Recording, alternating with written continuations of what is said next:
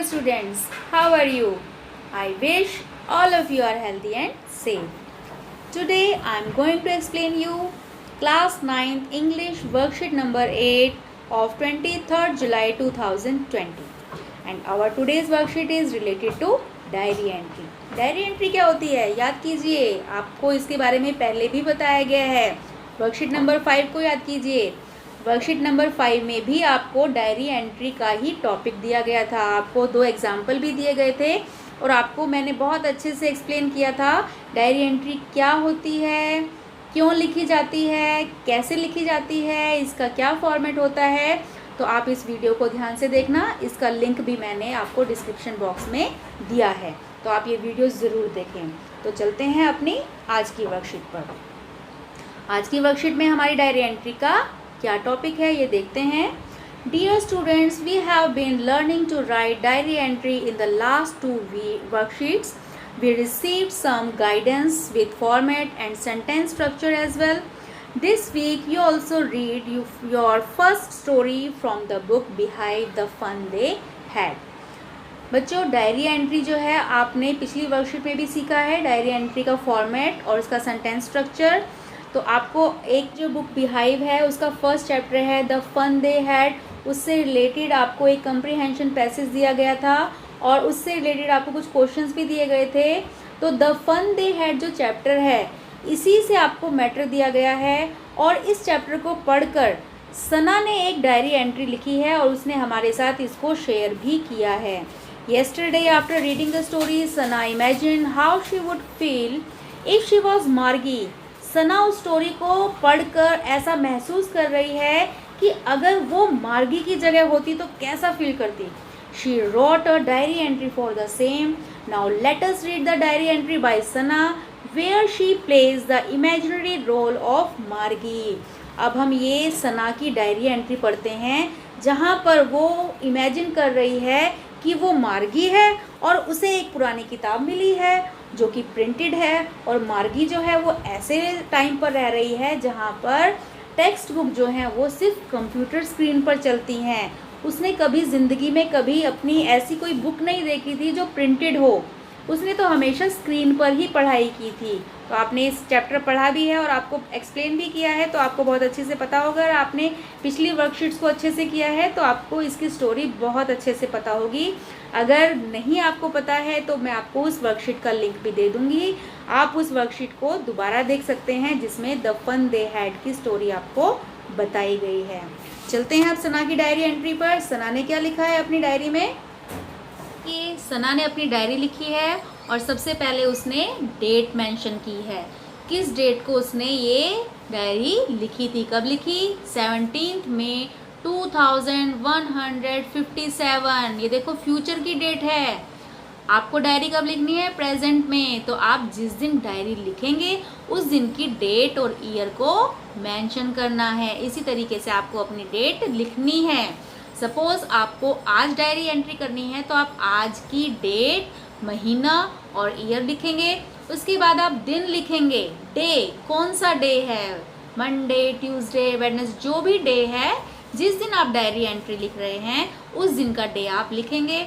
उसके बाद आप लिखेंगे डियर डायरी, आप अपनी प्यारी डायरी को लिख रहे हैं. Today Tommy found a real book. आज टॉमी को एक रियल बुक मिली. Real book means text book मिली, ऐसी किताब मिली जिस पर प्रिंट छपा हुआ था, जिस पर वर्ड्स लिखे हुए थे, जैसी किताबें आजकल आप पढ़ते हैं. क्योंकि ये आज के समय की बात हो रही है जिस समय प्रिंटेड बुक्स चलती थी.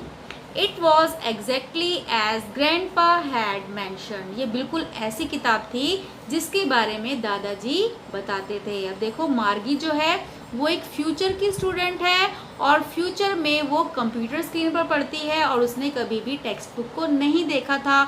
उसे पहली बार वो टेक्स्ट बुक मिली थी. उसके बाद उसने कैसा फील किया था ये हमने डायरी एंट्री में लिखना है. It was not like moving E text books, it was still. ये ई टेक्स्ट बुक की तरह नहीं थी जैसे कि कंप्यूटर स्क्रीन पर बुक्स होती हैं जो अपने आप चलती हैं, उसमें वर्ड्स आगे पीछे अपने आप होते हैं. ये वर्ड्स जो थे इस पर बिल्कुल स्टिल थे, वो स्थिर थे, वो हिल नहीं रहे थे. The book describe how schools were in these times. और ये बुक बता रही थी कि उस समय पर जो स्कूल्स थे वो कैसे थे। Friends met, attended classes unlike my mechanical teachers. कह रहे मेरे मैकेनिकल टीचर्स से बिल्कुल अलग, वहाँ पर अलग टीचर्स होते थे जो फ्रेंड्स से आपस में मिलते थे, क्लासेस अटेंड करते थे। I would like to go to a school where there are real teachers, where I can make friends and play. तो मार्गी जो है वो भी ऐसे स्कूल में जाना चाहती है जहाँ पर रियल टीचर्स पढ़ाते हैं, जहाँ पर ह्यूमन बीइंग्स टीचर हैं, कोई कंप्यूटर टीचर नहीं है जो कंप्यूटर पढ़ा रहा है। तो वहाँ पर रियल टीचर्स हों, ऐसे स्कूल में मार्गी जाना चाहती है जहाँ पर वो अपने फ्रेंड्स बना सके, उनके साथ खेल सके। I hope we evolve. तो वो चाहती है कि हमें भी ऐसे स्कूल में जाने का मौका मिले। ये डायरी किसने लिखी है? मार्गी ने। और सपोज किसने किया है? सना ने। सना ने सपोज किया है कि मैं मार्गी हूँ और मैं ये डायरी एंट्री लिख रही हूँ। अब आपको क्या लिखना है? अब आप देखिए, after reading the diary entry on the left, आपने ये डायरी एंट्री पढ़ी। अब आपको इमेजिन करना है, इमेजिन यू आर मार्गी और टॉमी। ठीक है, आपको इमेजिन करना है, आप अगर गर्ल हैं तो आप मार्गी इमेजिन करोगे, अगर आप बॉय हैं तो आप टॉमी इमेजिन करोगे। तो आप इमेजिन करो कि आप मार्गी या टॉमी हैं and right a diary entry in the space given. आपको यहाँ नीचे स्पेस दिया गया है, ये स्पेस आपको दिया गया है डायरी एंट्री लिखने के लिए। आपको यहाँ पर डायरी एंट्री लिखनी है।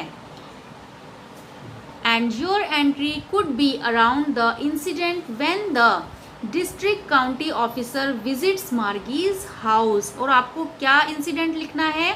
जब डिस्ट्रिक्ट ऑफिसर मार्गी को मिलने आता है उसके घर पर, तो आपको लिखना है कि वो डिस्ट्रिक्ट जो काउंटी ऑफिसर है जो कि कंप्यूटर को ठीक करने आता है। आप थोड़ा स्टोरी को रिमाइंड करो।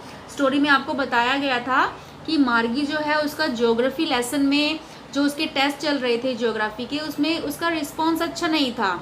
तो उसकी मदर ने काउंटी इंस्पेक्टर को बुलाया था। काउंटी जो ऑफिसर था वो एक ऐसा व्यक्ति होता है जो कि कंप्यूटर्स को ठीक करता है, उसको मेंटेन करता है। उसमें अगर कोई डिस्टरबेंस आ जाती है, कोई गड़बड़ हो जाती है प्रोग्रामिंग में, तो उसको ठीक करने के लिए वो उसके मार्गी के घर पर आता है।